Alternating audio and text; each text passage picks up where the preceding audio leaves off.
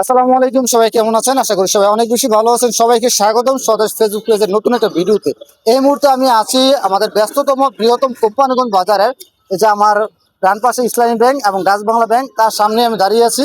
আপনারা সকলেই জানেন এই ডাচ বাংলা ব্যাংক এবং ইসলামী ব্যাংকের সামনে যে রাস্তাটি, এটি কুমিল্লা সিলেট আঞ্চলিক মহাসড়ক থেকে সংযোগ সড়ক হয়ে আমাদের দেবী মুরাদনগর উপজেলাতে গিয়ে পৌঁছাইছে। তো এই যে সড়কটির যেটা চার রাস্তার মোড় আছে, নবীনগর রোড বাজারের রাস্তা এবং আমাদের কোম্পানিগঞ্জ কুমিল্লা সিলেট আঞ্চলিক মহাসড়কের সংযোগ সড়ক, এইখানে প্রচুর যানজট থাকে। তার কারণ হচ্ছে ছোট ছোট যে যানবাহনগুলো আছে, সিএনজি, অটোরিকশা, রাস্তার মধ্যে তাদের স্ট্যান্ড না থাকায়, নির্ধারিত স্ট্যান্ড না থাকায় তারা রাস্তার মধ্যে গাড়ি পার্কিং করে এবং রাস্তার মধ্যে গাড়ি রাইখা তারা যাত্রী উঠানামা করে।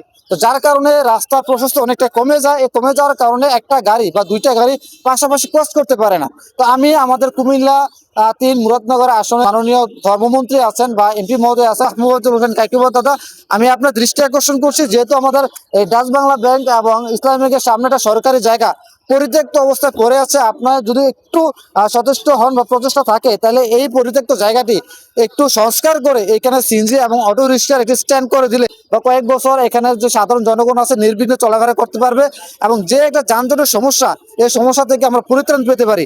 তাই আমি ধর্মমন্ত্রী গাজী শাহ মোহাম্মদ হোসেন কাইকুবাদ দাদার আমি দৃষ্টি আকর্ষণ করছি, আপনি একটু চাইলে, আপনি যদি একটু নজর দেন, তাহলে এই যে জায়গাটা আছে, এই জায়গাটাকে আমরা কাজে লাগিয়ে বৃহত্তর জনগোষ্ঠীর স্বার্থে আমরা এই জায়গাটা কাজে লাগাইতে পারি এবং একটা অস্থায়ী, স্থায়ী না হোক, যেহেতু একটা সরকারি জায়গা, এখানে একটা মার্কেট হওয়ার কথা আছে।